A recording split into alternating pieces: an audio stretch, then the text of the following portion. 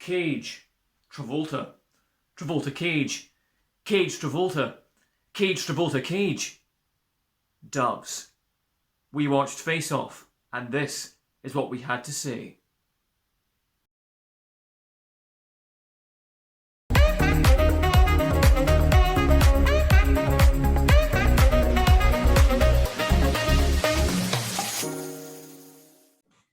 Face Off. In order to foil a terrorist plot, an FBI agent undergoes facial transplant surgery and assumes the identity of a criminal mastermind who murdered his son. The plan turns sour when the criminal wakes up prematurely and seeks revenge. Team, wow, what a film. What a film. So, this is a film that I've always wanted to see, but for some reason just have never watched. And I mean, it's Nick Cage at his Nick Cage best, John Travolta at his Nick Cage best as well, and it's one of these films where there's so many things that we can talk about in terms of. I mean, I have 3 full pages of notes of, we'll call them points of concern about this film, and I'm sure you guys have loaded as well. But at the same time, this is a great film. This is a really, really, really good film, and it entertains you from start to finish, and that is what an action film is supposed to do. Let's face it. But I was totally engrossed from minute one. 2 hours later, I was still with it, still in it. I didn't look at my phone once. I didn't look at the clock once. I was there the entire time. I mean, I'd heard stories about how mental the film was in terms of the story. Their performances, Travolta and Cage's performances, were apparently bizarre. I knew all this going in, but even so, I don't think I was fully prepared for what I witnessed there. Oh, it was so good. So I'm just going to kick things off with my kind of first takes. I always want to talk about the opening sequence first of all, because the opening sequence, right, for me is like the climax to any normal action film. This is like how an action film ends. We've got a plane chase, we've got a car chase, we've got explosions, we've got people getting shot in the head. Nick Cage is flown back by I think a jet turbine or something. Yeah. So this is how you finish an action film. This isn't how you begin it. I mean, I actually had to pause. I paused the film after the opening sequence and just went, "We're only 17 minutes in. Like, where do you go from there?" And I was thinking to myself, how are they ever going to keep this going? But this is the thing, they did. For me, it was non-stop action, as I said, from start to finish. And that's what's great about this film. So, I mean, I think I could talk about this film by myself for 2 hours, personally, non-stop. But I do want to hear what you guys have to say. So I'm going to kick things off with Paul and Sasha. Paul and Sasha, my first question is, firstly, had you seen the film before? And secondly, what were your kind of initial reactions to it, your first takes on it? Well, I hadn't seen the film at all before, but I was absolutely blown away by Nick Cage's energy, because he was just bananas in this film. And like you said, he is at his Nick Cage best. You know, you get Nick Cage in a lot of films where he's like, put the bunny back in the box, Scary, but this was him at like completely bonkers, wide eye. You know, there's a bit later on when he's on drugs where he does the whole improvised whole speech. Improvised. So fantastic. I love Nick Cage and stuff, and this was no exception. 100 miles an hour from the get-go. Absolutely loved it. Never seen it before. Really glad that I did. Yeah, I'd seen it before, and I remember it the exact same. I was like, I'm sure that film was crazy. There was shit going on everywhere, non-stop action. It was ridiculous. And I watched it again and was like, exactly what I wanted. Yeah, it was fantastic. Nick Cage is awesome. Freaking John Travolta is beautiful. He's just a beautiful human being. I could just stare at him the whole film. I was like, wow, you're just amazing. Even that stupid, ridiculous chin of his. But yeah, no, I loved it and was glad to watch it again. And it was just as ridiculous as ever. So I'm really glad we're talking about it. I'll throw it over to Nick Cage superfan Van Ashry next, I think. So, who has revealed to us, by the way, everybody, that she had a possible strange attraction to Nick Cage in this film. So I'll let you kick things off next. On you go. Please let us know. Well, obviously, Sasha is Team Travolta, and I'm Team, Cage. Yeah, I saw it many, many years ago, and after watching it this time, yeah, it was just as crazy as I remember. But I mean, I thought it was Michael Bay that directed it at first, because the amount of like panning cameras in it, and the slow motion, and they must have had thousands of mattresses on set just for the amount of jumps that they had to do off the screen with their guns. And it feels like maybe the runtime maybe came up a bit short, so they had to put half of the movie in slow motion. But it was a fun movie. It was a ridiculous plot, but it was lots of plot holes. But it was just a fun film. And coming back to Nicolas Cage, in my defense, I think it was in comparison to Travolta. Maybe he was attractive. He was more attractive to me as the action guy than Travolta was. And maybe it's the whole scenario where he went from bad boy to good boy, the whole formula that works perfectly in a film. But yeah, I think I've got a soft spot for Nick Cage, I'd say. Were you attracted to him when it was Travolta, like as Nick Cage? Were you attracted to Travolta as Nick Cage? Or... It came across very like I don't know. It did look like he finally had a good night's sleep, because when he was playing himself, he just looked like eternally. Was it his hidden talent for being able to smoke without any lips? Sorry. Was it hidden talent that he could smoke with no lips? Eric, that was the most impressed with the whole thing I was. Oh, right, okay. Andrew, Greg, Joseph, again, same question. Had you seen it before? What's your kind of first takes? I had never seen it before, and I went into watching the film a couple of days ago with absolutely no preconceptions about the film at all. I knew nothing about this film. The only thing I knew was it starred John Travolta and Nicolas Cage, and they were against each other. They were rivals. I didn't know. They were facing off.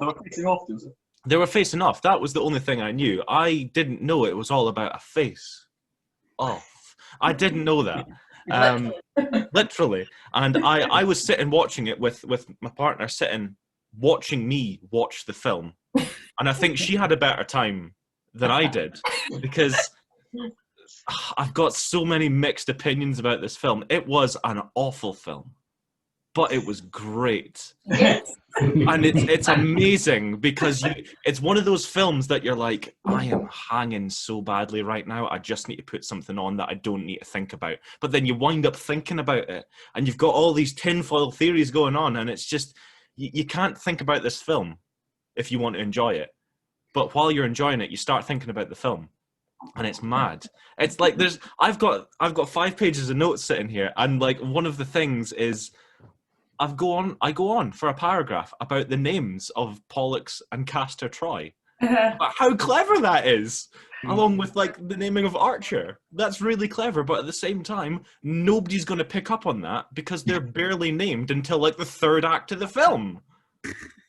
Like until like my third page of notes, I haven't called them anything other than a variation of Nick Cage or John Travolta. Yeah. My favorite is Johnny T, by the way. That's my favorite abbreviation for him. But yeah, it's got everything. It's got everything. It's got, fist fights, gun fights, plane crashes, boat chases, a shootout in a church. It's everything, man. It's this film.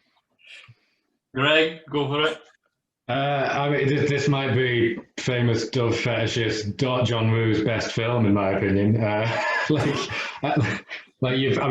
trying to think. It was the same guy who did Mission Impossible 2, and there was some serious Dove porn in that.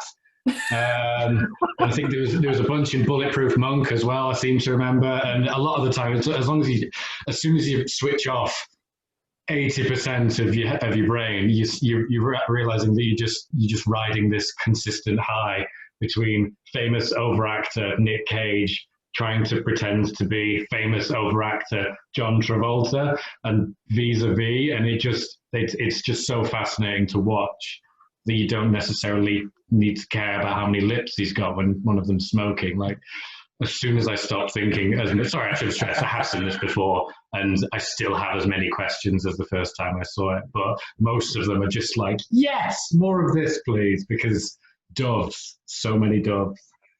Oh, we'll get to the dubs. We'll get to the dubs towards the end of the film for sure. Andrew? Yeah, I think pretty much the same. I think Joseph hit the nail on the head. It's garbage, but it's brilliant. I thought it was a wee bit too long, but it was one of those ones where you got the Nick Cage, like obviously you're waiting for Nick Cage to Nick Cage, but then when you got to see John Travolta Nick Cage, that's off a level. I had the same thing about you, and like with the opening screen, I've got a note here where it just says roll credits, and that was after like 17 minutes of the film. I was like, right, well that's it. We can all go home now. The biggest, I've got one really big gripe, but I'm going to hold on to it and see if anybody else has the same issue. But I noticed as well, I think it says more about me as a person. At the very, very beginning, can we talk spoilers? We've all seen it. I think that's. So when the Wayne dies, I was like, John Wick did it better. I cared more about the dog. Well, remember, this was like peak '90s though. So I think as far as like an opening was, that was like. Yeah, that would have been. That was anyone bothered by the shaved tash?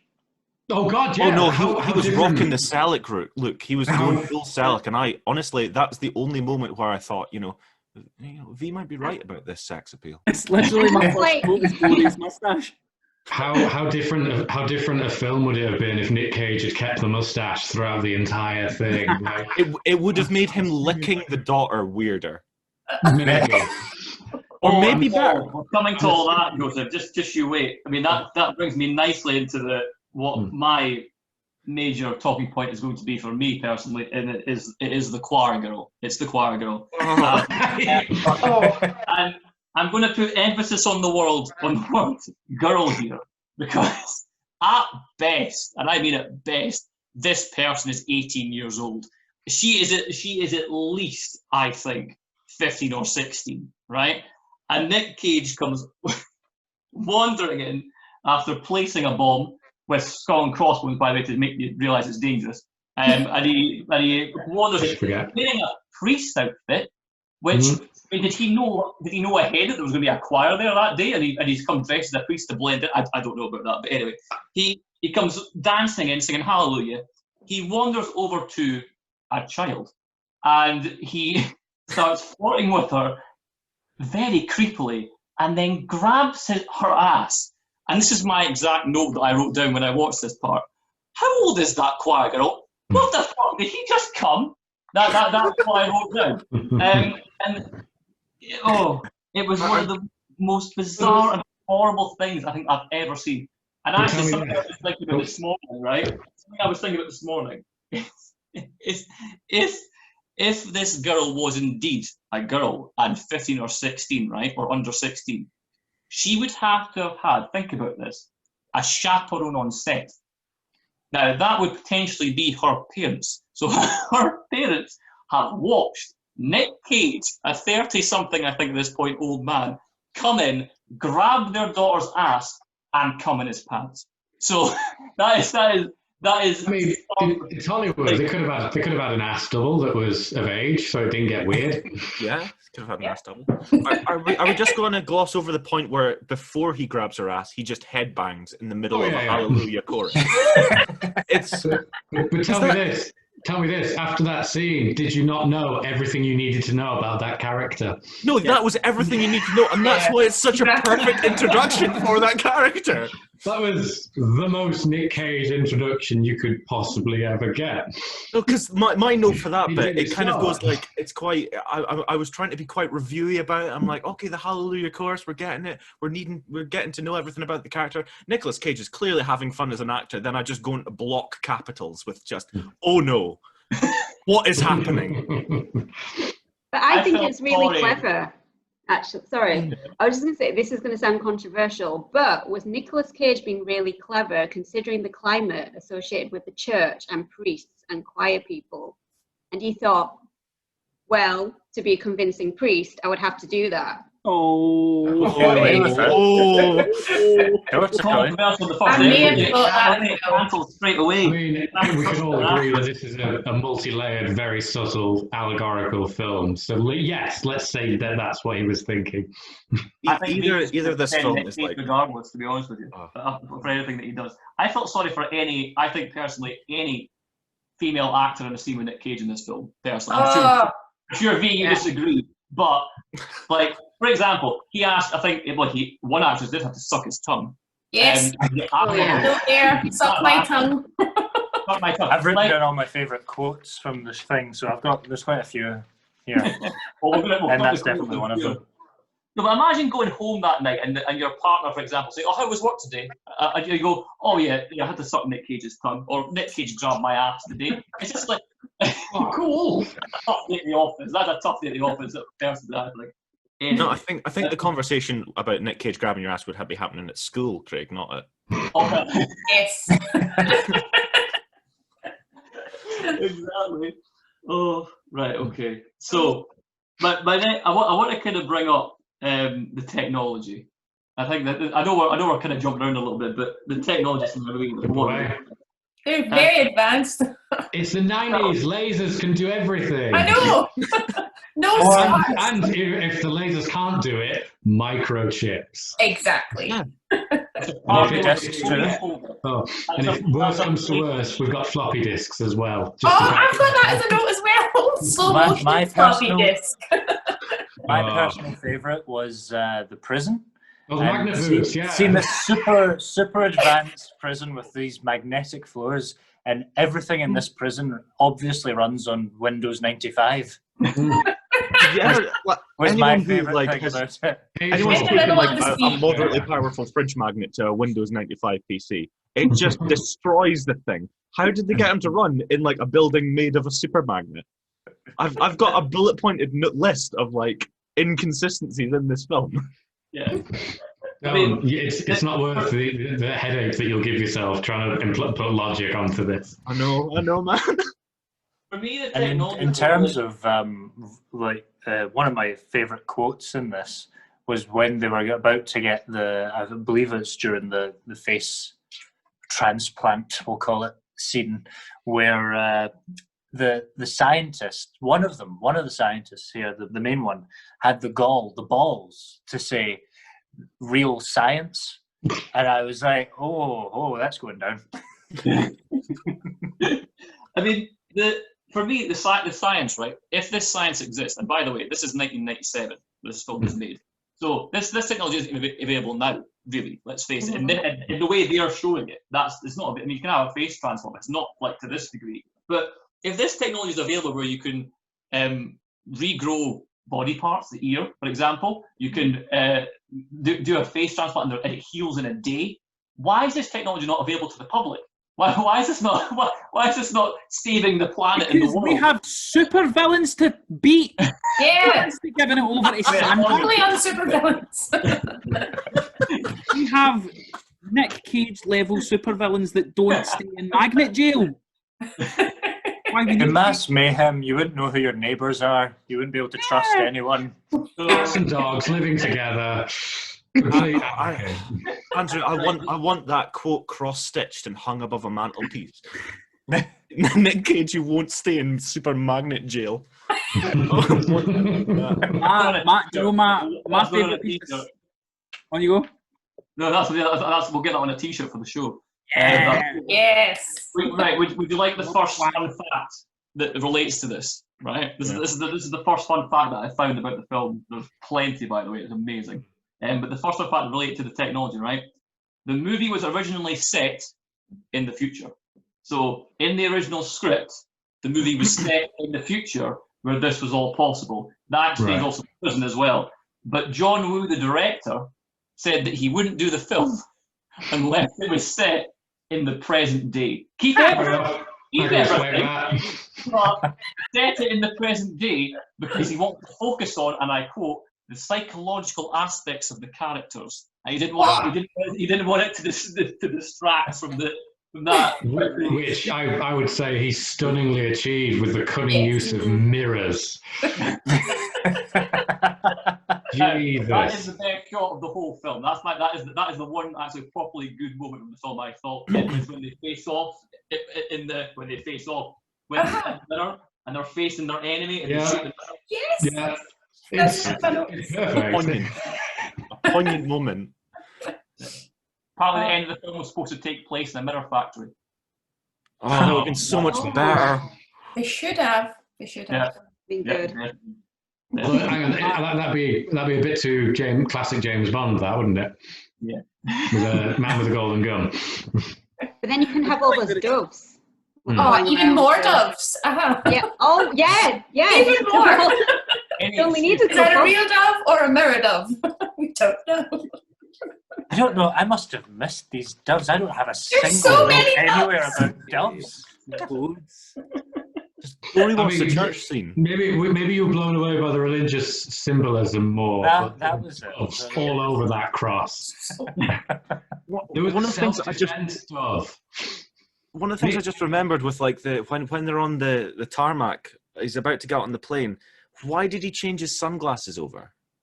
Oh, for effect, because he's a showman. I didn't get that bit. Match his The outfit. peacock. There were his plane glasses. He had his driving glasses, and then he put his plane glasses These on. are my airplane sunglasses. Yeah, because he's an international man of mystery. Super villain. I'm getting closer to the sun. I did like how we've got all this high class scientific technology. We can swap people's faces and we can give you like a wee voice modulator in your throat and you can sound like anybody. But if there's a high pollen count outside and you have a really hard That was mental. high And you're in the train. off that line, LA doesn't have pollen, it bursts into flame. I just wrote up, I hope he doesn't have hay fever.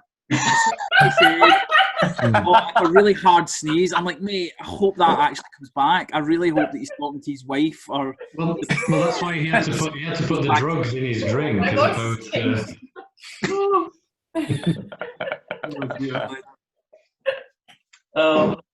My next question for this, I'm opening this to everybody, is who do you think played who better? Oh, I've got a whole bit on this, man. I have a question for the group actually that's related to this later. Okay. Cool. I thought Travolta picked up a lot of Cage's mannerisms really well. I mean, I think they're both fairly equal, but there was certain points where I noticed, just Travolta and his like certain head bobs, and just the way he moves his head a little bit is very, very cagey. I really like that. Yeah. My vote's for Travolta. My vote's for Travolta because Nicolas Cage became really pathetic when he turned into John Travolta. I was like, oh, for God's sake, was man. pathetic. He's pure, oh. And I'm like, oh, wow, I didn't realise how pathetic he was until Nick Cage became him. And I was like, Jesus. but then you've got that prison fight scene where you have John Travolta, Nick Cage having to pretend to be Nick Cage, Nick Cage. Well, so it's like he's doing an impression of himself of John Travolta of his. Oh, it's brilliant. There's so many layers to it. Oh, hours of fun. Yes. I agree that Travolta, I think Cage better than Cage. To be honest, I think Cage is just playing a toned down version of himself. To be honest with you, I think he's kind of going a bit. Fuck it, I'm just going to go in and play a toned down version of myself when I'm playing Travolta. But I do think while I like Travolta's performance, for me it was like John Travolta played Nick Cage if he was in a musical.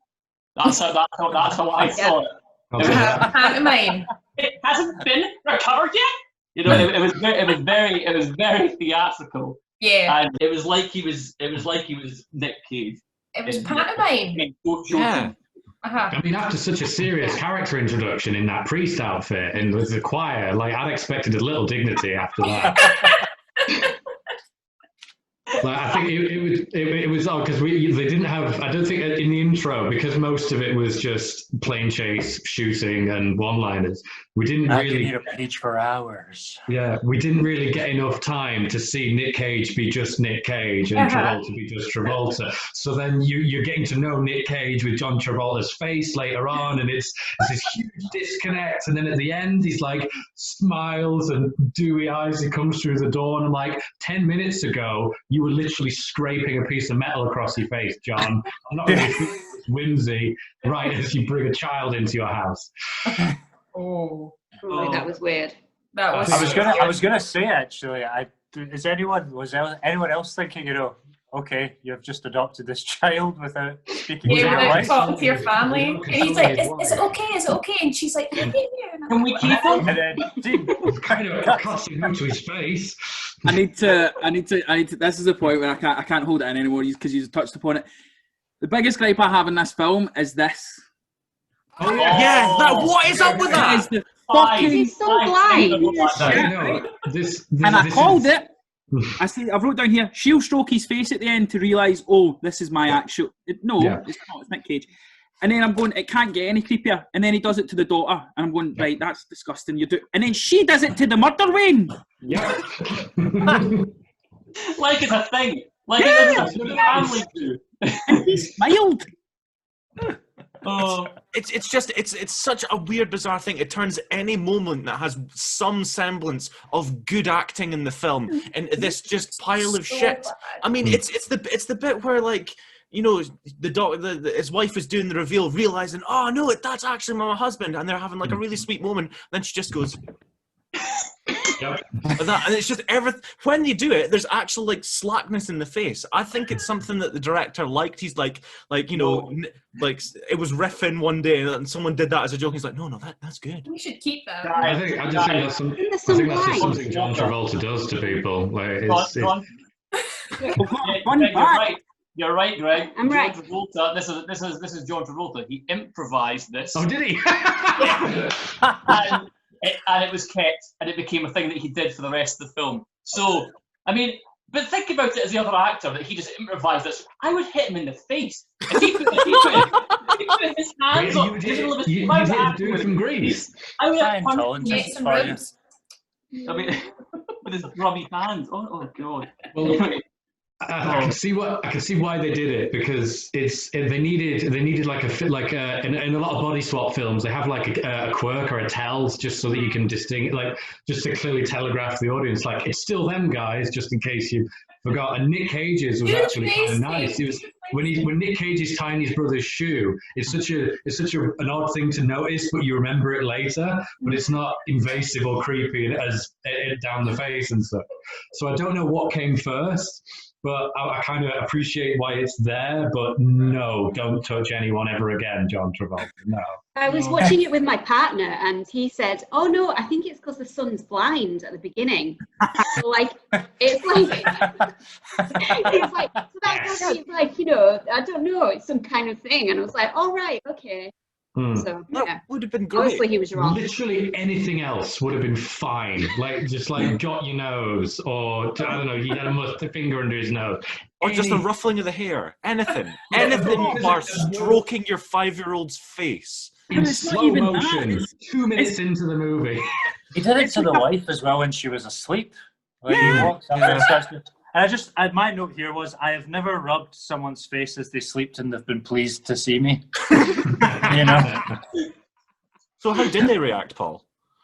It's still depending in court. I can't really talk about it, but Can It's we not go even- back? It's Can not we go even back to a the start a The moment? whole family do it. It's a family thing. Yeah, it's totally okay. Could you imagine you were mates with her and you were waiting to go on a night out and you're like, oh, bye, Dad, bye. Oh, bye. I'm like, nah. Family reunion. Hey, everyone. Yeah. No, you're at like a family reunion. You're just going down the line of auntie, uncle, cousin. Oh, got your makeup on. Speaking of family reunions, by the way, family reunions. Can we please address? And this actually made me pause the film and go, "Wait, what?" Which was the brother and sister kiss. Oh yeah. Yeah. I That thought was wow. insane. That was crazy kooky drug people, guys. It's just a bit of incest, nothing to look at here. There was loads of incestuous themes in this film. It was weird. There was a few nods to that. It was like, Yeah, I mean- again, this was an actor's choice. This was Gina Gershon who played Sasha. She suggested this. She said, I mean, "I'm going to kiss him like this," and that was her choice. So, they do look like they could be related. That doesn't defend it. He's bald and distorted. I didn't realize they were brother and sister until she pulls a gun in the church. Yeah. And it's like, you killed my brother. I'm sitting there like, who? At what a point to drop that information right in the middle of a standoff? We just, huh? Yeah, boy was taking Yeah, right credit at for the it. start, It it was was like The bald guy who got shot in the neck. Yeah. the bald guy That with was the your great brother. one-liners. Aye, you look like you just fucked your brother. The one who literally he's just been shot in the neck. They And French he's like and she talking lives. really calmly. And he's You'll be talking fine. very I'll, clearly, I'll catch up with you. You'll be okay. And like then him to be collapses. rather than just. He's got time for a smooch and a couple of lines. I think he's got the best lines in all of the film. He does. Just the like the two best lines. I've got them written down. One of them is just out of the blue. How's your dead son? Just great line. And then just really calmly, I hate cops before firing a shotgun. and let's not forget this. Let's not forget the best one. You look like you just fucked your mother. Oh, you look like you just I fucked remember your mother. that one, yeah. Yeah, I that look that you have. Yeah. I would love to see him being played by someone like Ray Wise, like Twin Peaks style Ray Wise. That'd be great. Be amazing. Okay. I have a question that sort of builds off the "Who Played It Better" segment, if you like. I think Nick Cage Travolta is a better dad than Travolta. Yeah, throughout he the film, put that family back together. He's attentive.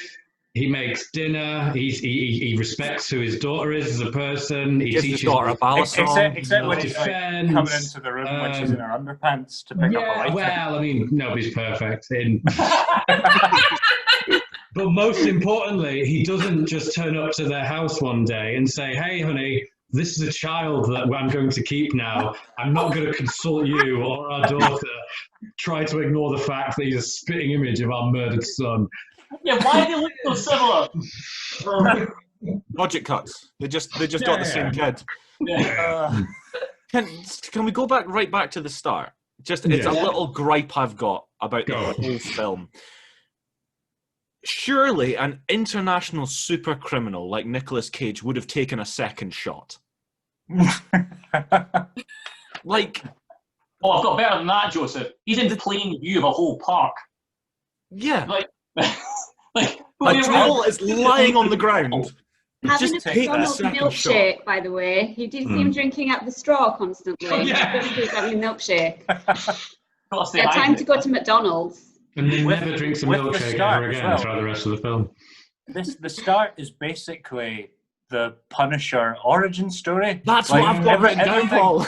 Everything from the family, it's, you know, other than the fact it wasn't his whole family being killed, it's his son, but it's at a park.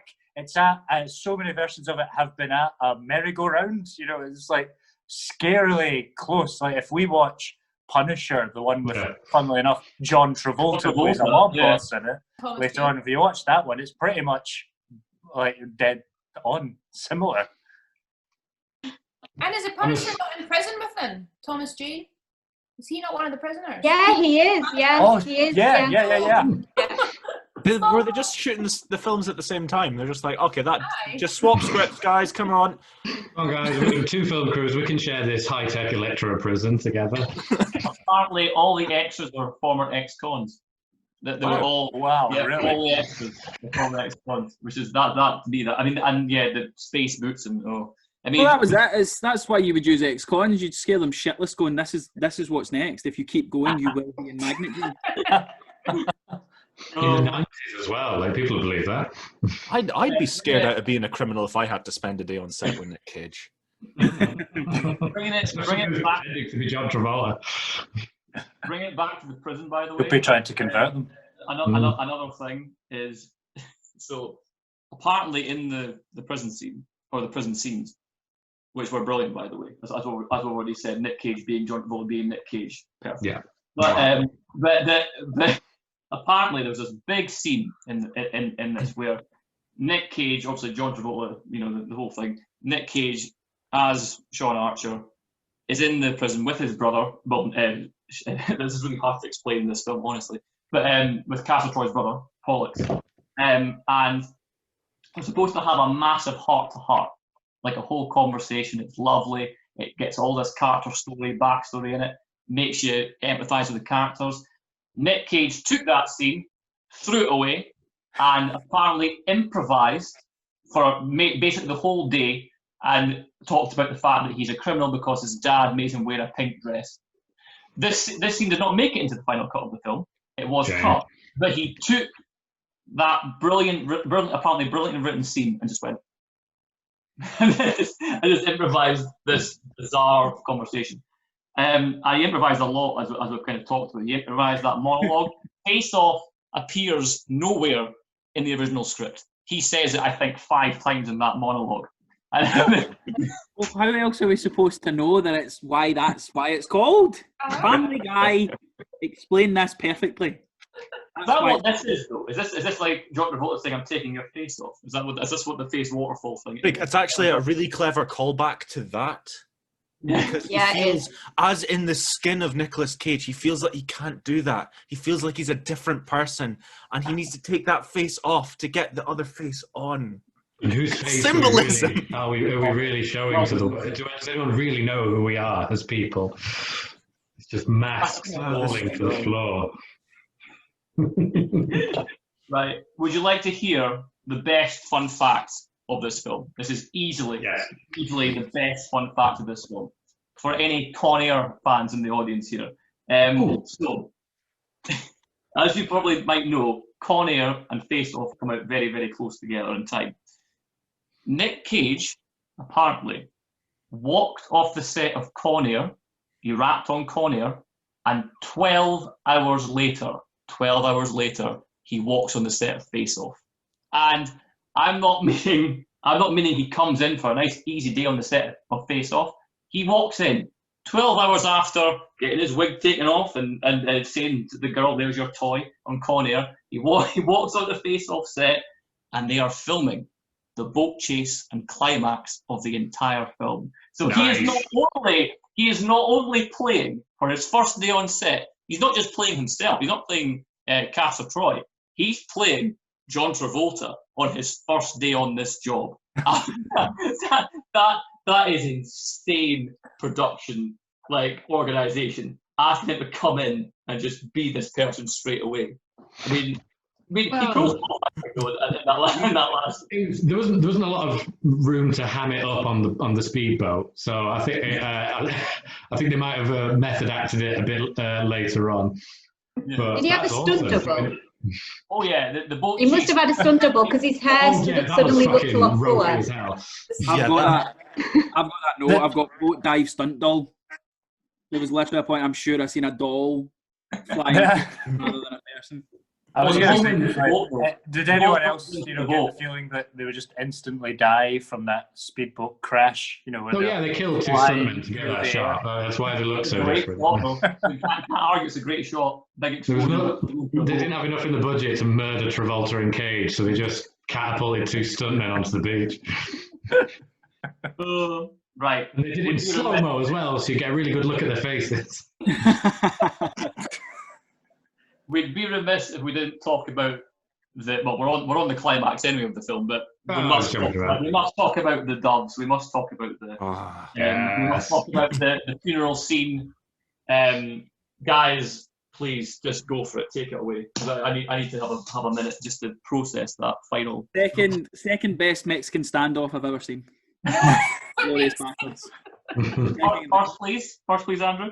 Oh, Glorious Bastards. Yes. Yeah. No guns me, no guns you. That's it was like an SNL sketch. It just kept getting more bizarre. it was like when you thought another gun couldn't join the shot, another gun joins the shot, and it's like, okay, you've got his wife. Don't worry, I got your daughter too. Okay. Oh, you got him. It's like, yeah, that's what's going on? Joseph, community. Yeah. Yeah. You know what I mean? I know exactly. All through this film, I was sitting there going, is he a good actor? Is he a bad actor? I don't know. Okay. I'm a cat. That's the eternal question. I fully expected a third arm to just come out of Cage's chest with another gun. The rate it was going, just.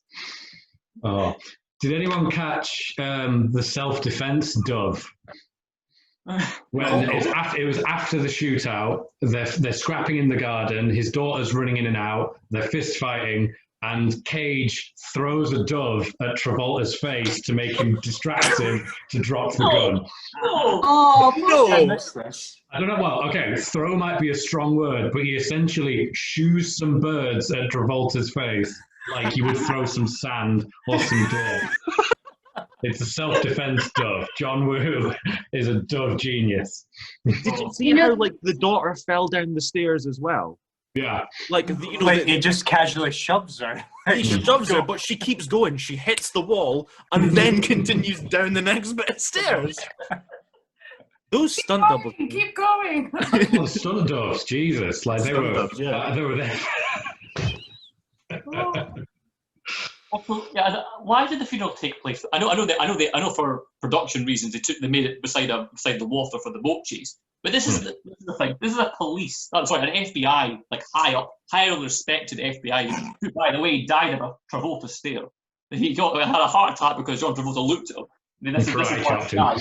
But that's a separate issue. But this is an FBI agent's like well-respected funeral. There's about 25 people there, and it's beside in a shack beside the sea. It's how he would have wanted it. it's symbolic. It's it speaks volumes. It's hollow because I love he was doves. hollow. I love doves. I have lots of doves. You know, there's a website. There's a website where it's one of my favorite websites of all time. I don't know if it's still going, and it's called It's pigeondatabase.com or something. And you can go into it, and it tells you all the bird action in each scene. So I'll have to look this up on I think it's pigeondatabase.com or something like that. Just get it mixed up. Check out Face Off in that. You know. But it's for real, so I'm sure it's listed on there with a lot of dove action. Oh dear. Okay. One of my final questions for you, Ax, and this is for everybody, is I'm going to go through some fun facts for you about casting of this film, and I would then like to find out your 2020 picks for the remake of this. Now, we've already had a bit of thing on social media that Ryan Reynolds and Hugh Jackman want to do a remake. I'm so on board for that. That would be incredible. This film is just taking the piss out of each other for 2 hours. They would really hit that. Anyway, but these are some original either casting suggestions or people who were actually considered for this part. First of all, the movie was written in mind with Arnold Schwarzenegger and Sylvester Stallone. Yes. Yeah. That's a vastly different film. That's a vastly different film. Who would play who? And I don't know who would play who now. You don't really understand either one of them. Oh, Arnie's the good guy. Arnie's Travolta. Arnie is a good guy. Yeah, he would have to play the very sensible, boring, stick up his ass administrative type. Kindergarten Cop. Oh, we should do Kindergarten Cop for one of these film clubs, by the way. Oh, Can we imagine either Sylvester Stallone or Arnie grabbing the 18-year-old girl? I can imagine Arnie doing it. I think Arnie would go there. I think. I mean, I don't know if they'd drawn the line.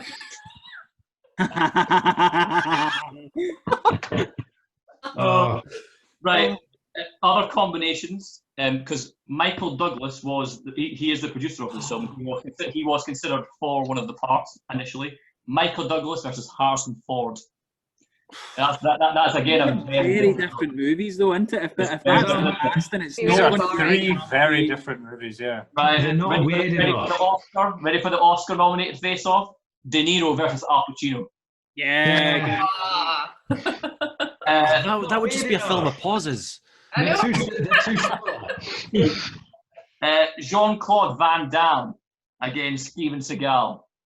There we go. Have we done that already? 90s throwback that. That's a proper 90s throwback that. And finally, I'm on board for this one. Bruce Willis versus Alec Baldwin. Now, that would Yeah, be... that I'd like to see. That's I two assholes punching I each did other. think you could easily swap out Travolta for Baldwin and you'd get a pretty similar performance. Yeah. Definitely. So, with that in mind, coming to our choices, right? This is my pick, right? So when I was thinking about this, I was thinking who could play both parts, an actor who's able to play both parts, and also just two really cracking actors that could really nail this and actually make it into a really, really good film. It already is a good film, but I'm talking in terms of like performance-wise. So I've gone for, and when I say this, I mean who's playing the part for the longest in the film. So James McAvoy as Castor Troy. So as in he's playing the John Travolta part, so he's playing Castor Troy for the majority of the film. And Michael Sheen is Sean Archer. So he's Michael Sheen can play anything. Like he can What's do that? villain or anything. So those are my picks to make it into like a cracking film. I'll just go around the room. V, do you want to kick us off with your choices? So I'd just make it even more silly than it is, just because it is a ridiculous plot. So I'd go like Tessa Thompson and Peter Dinklage. Just play it up, you know? Yeah. That's amazing. Be challenging. They have got a negligible height difference, V. They need to be within the same height. Come on, otherwise the whole thing- Technology. Jesus. It'll work. Microchips to make him taller. No, hold on a second. If we're going back to the discrepancies between bodies, why didn't his wife know that Oh, he No, was they different? change yeah. body. Why? Like it's like surely okay, you haven't had time together in 2 months, but surely you'd notice a difference. Oh yeah. Did they change their dicks as well? Is the question. Well, Or they had. Didn't they mention there was a couple of throwaway lines about, oh yeah, we'll alter the body and move it around and such. We'll change your belly and all that kind of stuff. Well, they obviously didn't mention the penis, but Well, no, it's implied. that's a small thing. Still, It's always you've got- Hairy chests did match. They had equally hairy chests. I did notice that. That was the Although one. Nicolas Cage was very abtastic in this. Was Travolta? I didn't notice. No, because Travolta had a bit of a gut, and I think one of his lines. What was one of the lines? It was, "I can't tell what I hate more, where being in your face or your body." But that was what I was going to say. Like, see, Craig, see when you were saying about John Woo wanted the psychology of the stuff.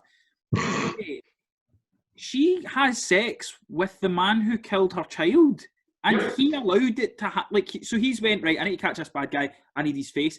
He thought nothing of his wife. So when Greg's talking about him being a better father and a better husband and stuff, it's not even a competition.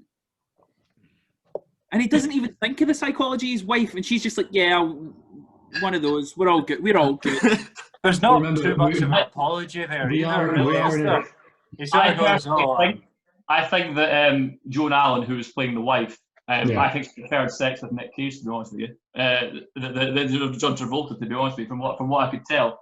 But because as I say, you would have surely though, even if they did change physicality, you still have your style in bed, don't you? So yeah, so so you would notice a difference. I think John Travolta and Nick Cage have vastly different styles in bed. I would have loved to have seen a scene of Sasha and John Travolta and Nick Cage waking up the next morning and she being like, that was a bit shit, wasn't it? I mean, Cage we're would be a assuming better that he's bad in bed. I mean, they could flip it just for contrast, because John Woo is interested in mixing psychology. Right. I'm sorry, I derailed that so badly. I'm sorry. Oh no, please. That was something I wanted to talk about for sure. So let's go to Sasha next. Sasha, give me your picks. I don't know. I think I just wrote Ben Affleck and Matt Damon because I just like to see what they would do. Awesome. Yeah, they'd have so much fun doing that. Exactly. Yeah. You're used to them always being a pair, so it'd be quite interesting to see how they'd play this. Andrew?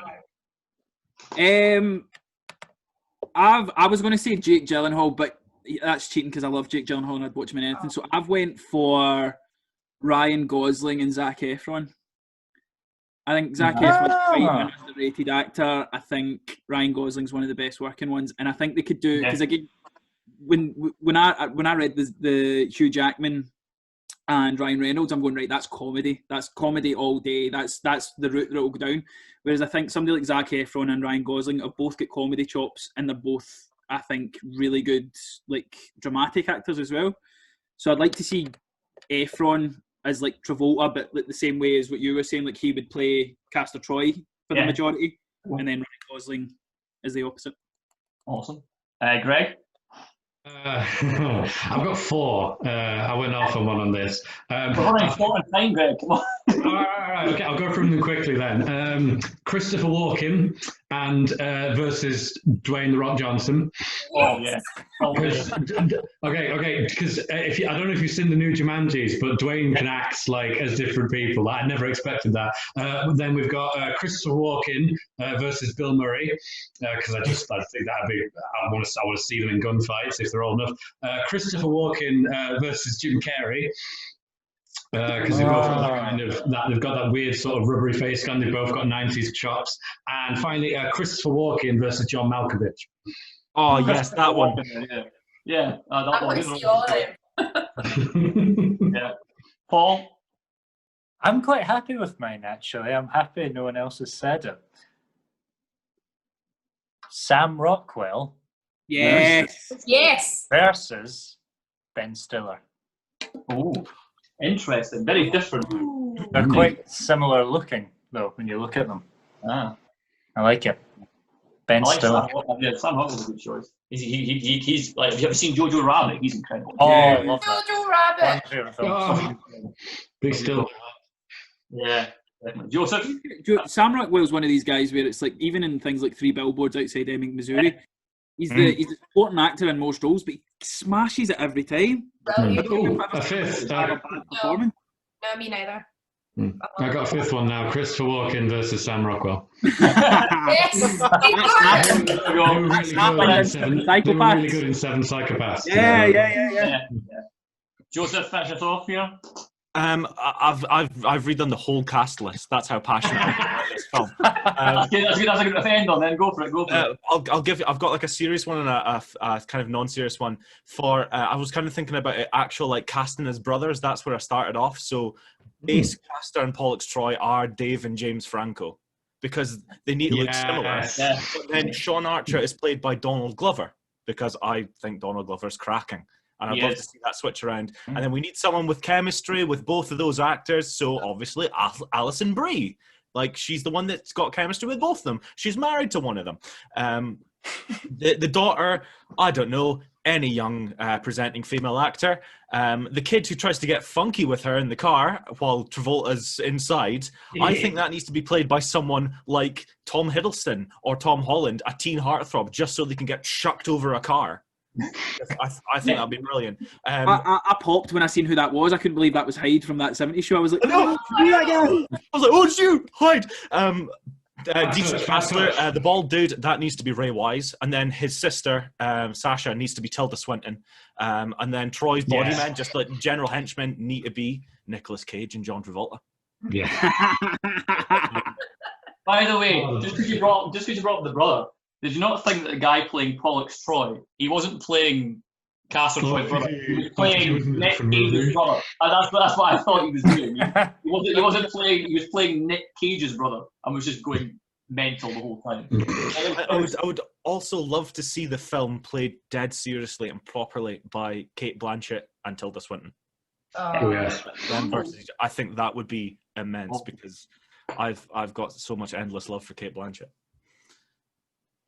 Oh dear, guys, we've absolutely smashed it. We've got. I mean, I'm going to ask you before we finish, though, if you've got anything else you want to bring up, because like we've covered, I think, a good portion of the film. I'm just wondering if anyone else has got anything else they want to. Any further things to say? Some of the inconsistencies in the film. Yeah, go for it. Pollux pays with cash, but he gets immediately traced. How does that happen? Why is Magnet Jail? They have valuable money. I know. I'm getting. Like, why is the timer for the bomb inconsistent? Why didn't Cage take the second shot? Why is there no scarring on the face? Why is Or any Lasers, swelling. microchips. why wouldn't That is Castor correct. warn his cronies that he was going to raid his hideout? And he just kills them all. And also, why wasn't there an amazing moment where the wife is like, okay, Castor and Archer are two different blood types. What do two different blood types do in transplants? They reject the transplant. So why wasn't their faces being rejected? Why wasn't there itching, man? Why? Joseph, if you have this much issue with this film, God help us when we review Batman and Robin, mate. Because What do you mean? That's a great film. It's a oh masterpiece. yeah, it's a great film, but it's There's nothing wrong with that film.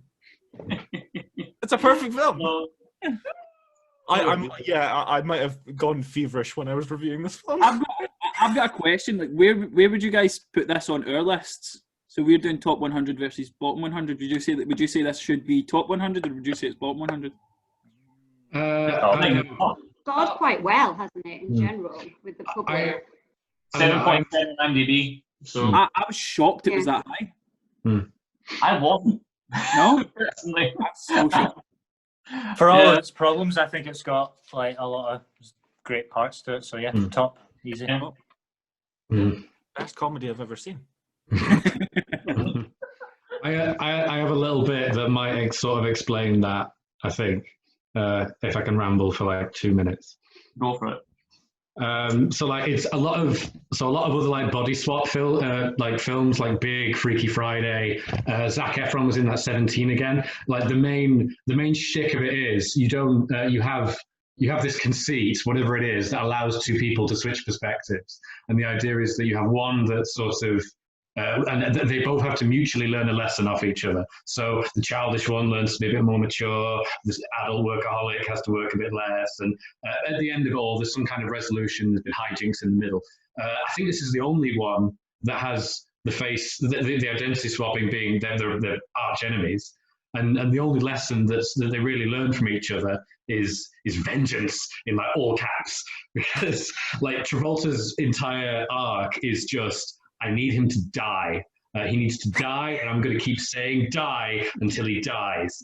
And Nick Cage is he's a happy-go-lucky scamp who just wants Travolta to learn how to have fun. Because at the end, he's still he's still got a stick up his ass. He's sort of replaced his child, which is weird. I agree with that scar on my chest anymore, Doc. Can you fix it with lasers?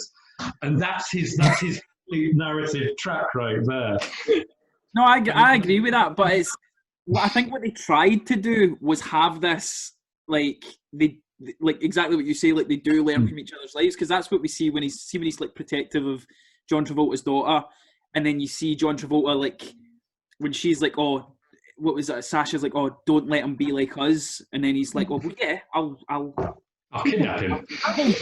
And I think they are trying to do that kind of one learning from the other, like to be better people. But to me, I was just like, nah. It's so limp. Is where I was sort of going. But I think that's why the film works so well, because you're not there for the why of it. It's the how of them just mutually fucking with each other back and forth. Like you sleep with my wife, I'll push your brother off through a building. You kill my brother, I'm going to murder your boss with a karate chop. Like it's like, I'll adopt your child. Yeah, you're not trying to get them to explain the why of it. It's just like it's two people just going back and forth, and in that way, it's a very simple story, because it's not going to end until one of them gets the other. Whereas with something like Freaky Friday, it's like, well, I've learned so much along the way. I guess it's somewhere in the middle that we have to meet, Mom, and no speedboat chase. Was anyone else surprised when he stopped a harpoon gun with his hand? No, that's exactly the sort of thing that John Travolta can do. I'm going to stop this harpoon so I can cut my face off. Yeah. That's crazy. That moment was entirely improvised by Travolta. Oh yeah, like that seems to be the case for a lot of scenes in this film. Do you think you could redo the film, but with Jamie Lee Curtis and Lindsay Lohan, a la Freaky Friday? Oh. I mean, that'd be meta as hell, but I'd watch it. Right. I'm going to finish things off, by the way, with what I think we can take from this film and the life lesson that this film brings to Vengeance. everybody. And Those. oh no, the life lesson that I think everyone should take on board, everyone here and everyone who will be watching and listening this hopefully one day, and it's this: dress up like Halloween and ghouls will try to get in your pants. I wrote that one down. I love that. That's it. Poetry. Well, that's all you need to know. To have a successful life, that's all you need to know. Okay? I think that's what. And if I may, can we just finish this chat? I would like on 3 for everyone to pull their best Nick Cage grabbing ass face to end on. Oh, hang on. On 3. Okay? Ready? 1. Hang on, let me get in character. 3. Right, I'm ready. Thanks, guys. Very good. Awesome. Awesome.